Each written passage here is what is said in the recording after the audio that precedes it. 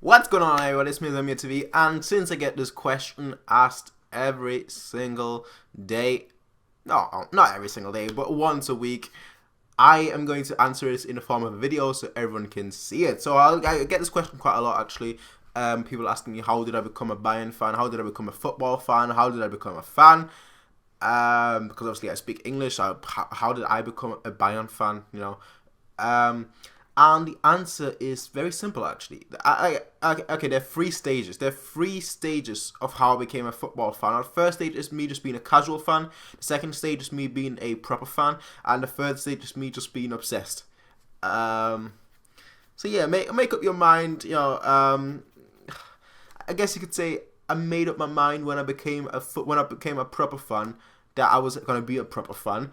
But when I became obsessed, that is when I started looking at like all games, not just the team that I supported, but every single game that I could possibly see, which is what I do today. If there's a football game on TV, I will watch that. But let's actually get back to my roots. So, for those that are wondering, because I get this question quite a lot as well, I was born in Munich. I was born in Munich. I'm not gonna say where exactly, but I was born in Munich. I lived in Munich for most part of my life. So yeah, I'm German. Hi. I was born, well, obviously being born in Munich, there's two teams that you basically either support. It's either red or it's either blue. And due to the fact that the person that lived next to me, he was a huge Bayern fan and he basically got me into football. He also then took me to like football matches, football training. So I started playing, football for a team and whatnot. And that was when I was about 3. That's when I joined the football club when I was 3, close to being 4. And that's when I started, I started being a casual football fan. Like, I had a few favorite players, in like Oliver Kahn. Like, we're going way back here. We're going like 2000s. I was born 1996, so we're going back to about 2000, 2001. So Effenberg, Oliver Kahn, my mum, she knew Sami Kufor, and that was when I was a casual fan. Like, I watched football maybe once, maybe twice when it was on TV. I didn't really care too much. I just knew a few players. I was like, oh yeah, he's pretty cool, yeah. Because back then I played as a keeper, defender, and then I went into midfield. So it was like I had role models for each position. As a keeper, obviously there's only one person that could realistically be a role model. That's Oliver Kahn. When I played as a defender, I had the number 4, so my role model became Kufor because he had the number 4 and he played a defender. He was from Ghana, like my mum was as well, so it's like, yeah, like, coincidence? I think not. And then when I went into midfield, that is when I didn't have a role model. That's when I was like, okay, you know what? Like, let's stop. Let's stop and let's just focus on Oliver Kahn because he's the best. He is the best. He was my hero as a child, and he still is my hero. But that is when I was a casual football fan, and that went on until about 2006. So I was about 10 years old, and in 2006, the big thing that happened was the World Cup. And being in Germany, like for those of you guys, that obviously most of you guys, but for those that weren't in Germany in the World Cup during 2006, everyone was talking about it. And if you didn't know anything, like if you didn't know much about football, you were basically irrelevant. And I remember back being in primary school, and everyone was talking about the World Cup. Like a friend of mine who was in the same football club as me, he was like, the best player in the world is Ronaldinho. I was like, who's Ronaldinho? So I kept like, so as soon as he said that the best player in the world is Ronaldinho, that is when Ronaldinho became my hero. I never watched Ronaldinho, but that's when he became my hero. So he just became my hero simply because my friend told me that he's the best player in the world. So I was like, okay, Ronaldinho, I'm your biggest fan now. But then actually, it was just like a whole summer of just talking, a whole winter of just talking. And when the World Cup actually came around, I was like, yo, let's go, Germany, let's go with my little flag, Germany, Deutschland, just waving my flag and everything. And Germany, obviously, being a country that I'm from, I associate myself with Germany. But seeing Ghana in the World Cup always made me happy, just because like a lot of my mum's friends and whatnot, they came over just to watch the match, and it's basically like every time there was a football match on, it didn't matter if it was Germany or Ghana, it was like a whole crowd.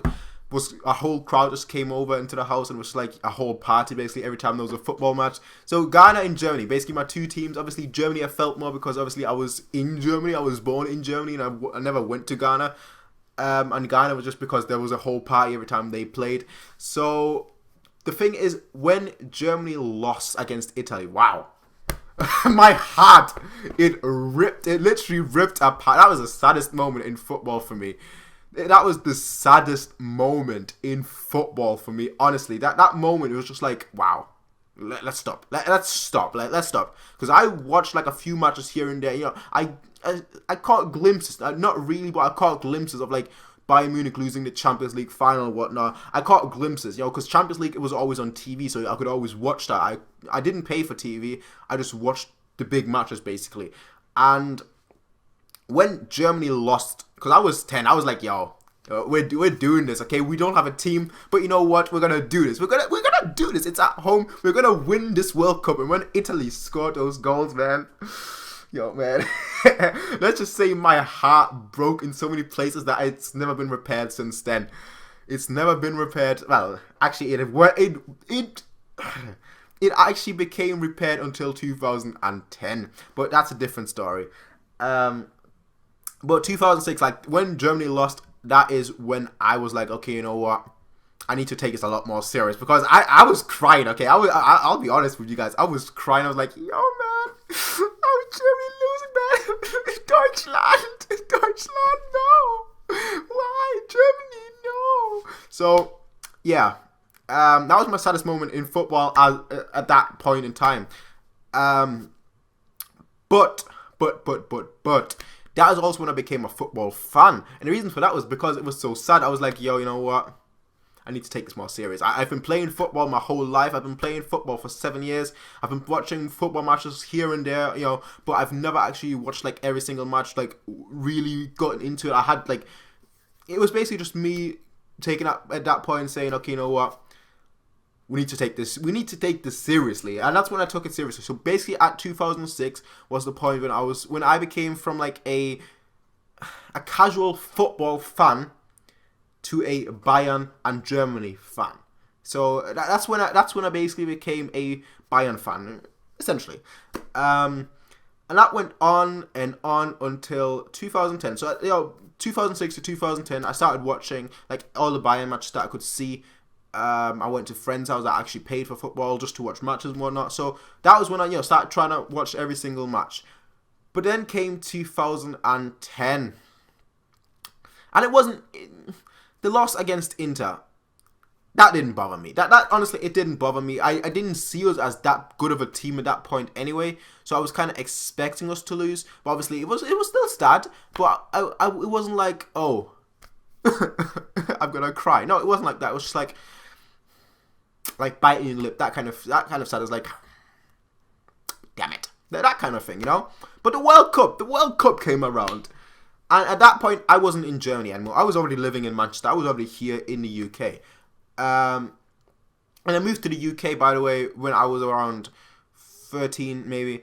And that was just because, you know, it's easy to go university here, basically. And just, anyway, long story short, 2010 came around, and it was, I didn't have any hope. I honestly, going into the tournament, I did not have any hope. But once we started playing and once we started beating teams, I think it was Australia that we beat 4-0.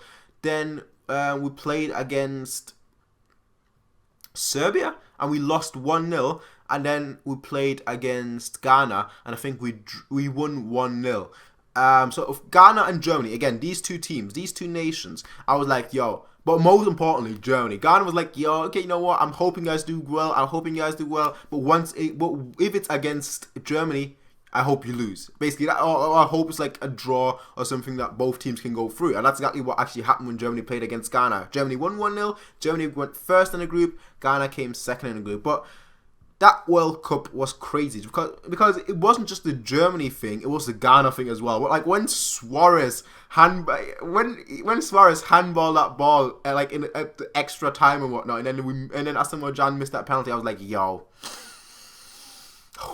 That was at that point. That then became my saddest moment, just because it was such a crazy game. I had my teddy bear. Y'all. Imagine that. Imagine that being what 14, 15 years old. I had my teddy bears like that huge, which I won in like a raffle or whatnot. I had that and I just held that for like an hour after the match. I was like literally emotionless. That's all it was. Just 1 hour, just straight, just holding a teddy bear, being that close to like a mental breakdown and whatnot. My mum came into my room. She's like, she was laughing at me because she didn't care about football. She was like, look at them, they messed up, and I was just like. And then Germany happened, and when Germany lost to, to Puyol, to the one person from the Spanish team that I respected, when that happened, it was like. The whole tournament, it was such good memories, but it was also such tragic memories. But at that point, I knew, okay, Germany's going to win the World Cup within the next 8 years. I know that for a fact. Looking at the players that we played with, they're all so young. We've got so many good youth players coming in. Boom, we're going to do it. We're going to do this, yo. And at that point, that was honestly the point where I became from a Bayern fan to a football-obsessed fan. From that moment, I started trying to watch every single Bundesliga match. Then in about 2 years later, when it was about 2012, that's when I started watching every single Premier League match, because obviously I live in the UK, so that was like the league that I could find the most easiest. And around 4 months later after that, then that's when I started trying to watch as many leagues as possible. The only one that I didn't really catch up with was Serie A, just because they didn't really show that on TV. And at that point, I wasn't really that familiar with streams.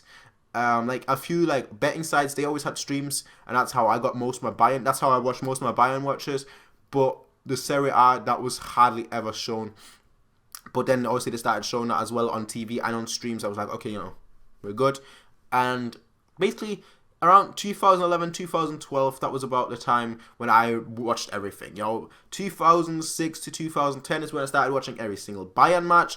Then for about a year or so, I started watching every single Bundesliga match, and then about from there on, I started watching as much football as I can. That's basically my story. It's my story. It sounds like it's a massive thing, but that's how basically I became a football fan. So essentially, you could say I became a football fan around 2006-ish. I mean, I became a casual fan obviously before that, but 2006-ish is when I became more invested into football. More invested into Bayern Munich. 2010 is when I became more invested into football, and so on and so forth. And 2014, obviously, we know what happened. Let's not speak of 2012. 2012, that whole year, it does not exist, okay? If you ask me what happened in 2012, I can't tell you. I don't know what happened. That year doesn't exist. That was the saddest moment of my life. I literally deleted that year. That year got deleted, okay? It's gone. But wiped from my memory. I pressed the delete key. But 2014 it came around, 2013, 2014, obviously these were the good years. 2012, 2013, we all know what happened there. And 2014, we all know what happened there with Mario Götze. Whoa, mach ihn, yeah, he really did do it. But that's where I'm here today. And how did I actually start this channel? Let's actually get into let's expand that as well a little bit. How did I get into this channel? How did I get into making this channel? So I used to write for like a football blog. That is a great blog that you should visit. But I only did it for like a year or so, half a year. And that was in Pep Guardiola's first season. That was like 2013, 2014. I wrote for like a year. And I wasn't really good at it, and the site then went from like a free site to like a paid site. So obviously they needed good writers, and that's why I was let go. Basically, it was a free thing anyway. So, but that's why I was let go, and I was like, okay, I want to share my opinions about football, and then I found Reddit and whatnot, and obviously I still have Twitter, but I found Reddit. I was like, yeah, this is some good stuff. Reddit, that's some great stuff. Everyone is there talking. But I was like, I need more. So that's when I started making. That's when I had the idea of making this channel. I asked a few people, do you guys think I should make it? People said yes, do it. And that's how I did it. That's how really this channel happened. Not a big story, really. But that's basically it. I mean, that's basically it. But I hope people won't ask that question anymore. How did I become a football fan? How did I become a Bayern fan? How did I become how did I start this channel? Now you guys know. Now you guys know, and I hope you won't ask. But that's all I can say, people. Listen with me as a videos. Always, you can rate, comment, favorite, and subscribe. You can peace out and have a nice day. Bye.